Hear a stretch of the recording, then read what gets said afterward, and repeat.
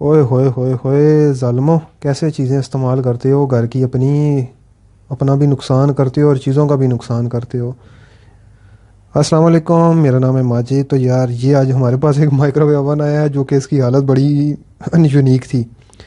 आपने इसकी शीट देखी है कैसे जली हुई है। इसका मतलब ये है कि इसने अच्छा खासा जो है ना परेशान किया है कस्टमर को। और इसकी गन की भी हालत देख लो। ठीक है, ये मेगाट्रॉन गन होती है जो कि जली हुई है। पता नहीं कस्टमर किस तरह ढीठ है या क्या, मतलब अब मैं बोलूँ आसान लफ्ज़ों में कुछ चीज़ समझाने के लिए। खैर, ये मेरे पास मेगाट्रॉन गन है जो मैंने हाथ में पकड़ी हुई है। इसकी आगे कैप देख रहे हैं, ये भी जल गई है। इतना इसका मतलब ये है कि ये माइक्रो ओवन में पहले छोटा सा फॉल्ट था जो किसी शीट मैंने आपको दिखाई है ना, पहले वो हल्का सा स्पार्क करती है। ठीक है, ये जेन में रखना, नॉर्मल सा स्पार्क करती है, पता चल जाता है फिर भी अगर आपने सालन रखा हुआ ना गर्म, आसानी से पता चल जाता है।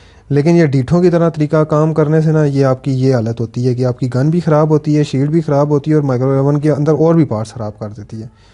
तो फिलहाल हम इस ओवन को खोला है तो इसकी हमने शीट अभी चेंज करने लगे हैं। शीट के बाद इस गन के आगे जो कैप जली हुई है वो भी नहीं लगाएंगे। ठीक है, तो आपको पिछली वीडियो में मैंने ये बताया था क्या नाम है कि ओवन को हफ्ते या 5 से 7 दिन के बाद इसे अंदर से साफ़ किया करें। इसके अंदर जो चिकनाई होती है ना सालन गर्म करने की, वो अंदर होती है, जिस वजह से ये आपके जो ओवन है ये ख़राब होने के चांसेस ज़्यादा होते हैं। ठीक है, तो इस गन के आगे हमने कैप नहीं लगा दी है। अब ये नहीं है कि कोई ये कैप कोई पैसों की मिलती है। हमारे पास पुरानी गनें पड़ी होती हैं जो एक्सपायर होती हैं, यानी कि ख़राब होती हैं।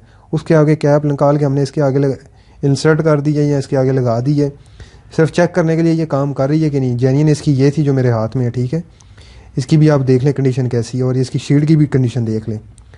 ये शीट की इसी सूरत कंडीशन हो सकती है कि या आप लापरवाह हैं या आप अपनी चीज़ को कदर नहीं करते। ठीक है ना, ये इसी वजह से हो सकता है। इसके अलावा कोई बंदा ऐसा है नहीं है कि ये बंदा इस तरह की हरकत करता है। ये शीट प्रॉपर जली हुई है।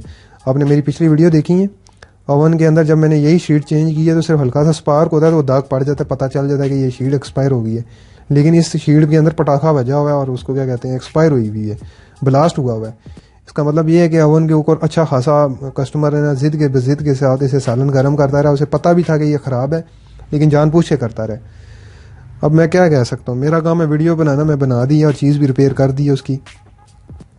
लेकिन मैं इतना ही बोलूँगा कि भाई ना किया करें ऐसा। कोई छोटा मोटा फॉल्ट हो तो फ़ौरन मैकेनिक के पास ले आ जाएं। अपने करीबी जितनी भी स्टोर हो उसके पास ले जाएं, उसे पूछ लें कि इस फॉल्ट के कितने पैसे हैं, वो आपको बता देगा। ये ढीठों की तरह चीज़ को इस्तेमाल ना किया करें। तो ये भी हमारे पास डॉलर्स का ही माइक्रोवेव ओवन है, तो आप ये ना कहना कि ये डॉलर्स की ही मैं वीडियोज़ बना रहा हूँ। अब मेरे पास जिस हिसाब से ओवन आते हैं मैंने उसी हिसाब से वीडियोज़ बनाता हूँ। अब कुछ ऐसे कस्टमर होते हैं, कोई लेडीज़ होती हैं जो क्या कहते हैं यंग होती हैं, उनके सामने मैं वीडियो मुझे भी बनाने में थोड़ी शर्म आती है। दूसरा ये है कि वो भी थोड़ा सा अनकंफर्टेबल फील करती हैं, पता नहीं क्यों वीडियो बना रहा है।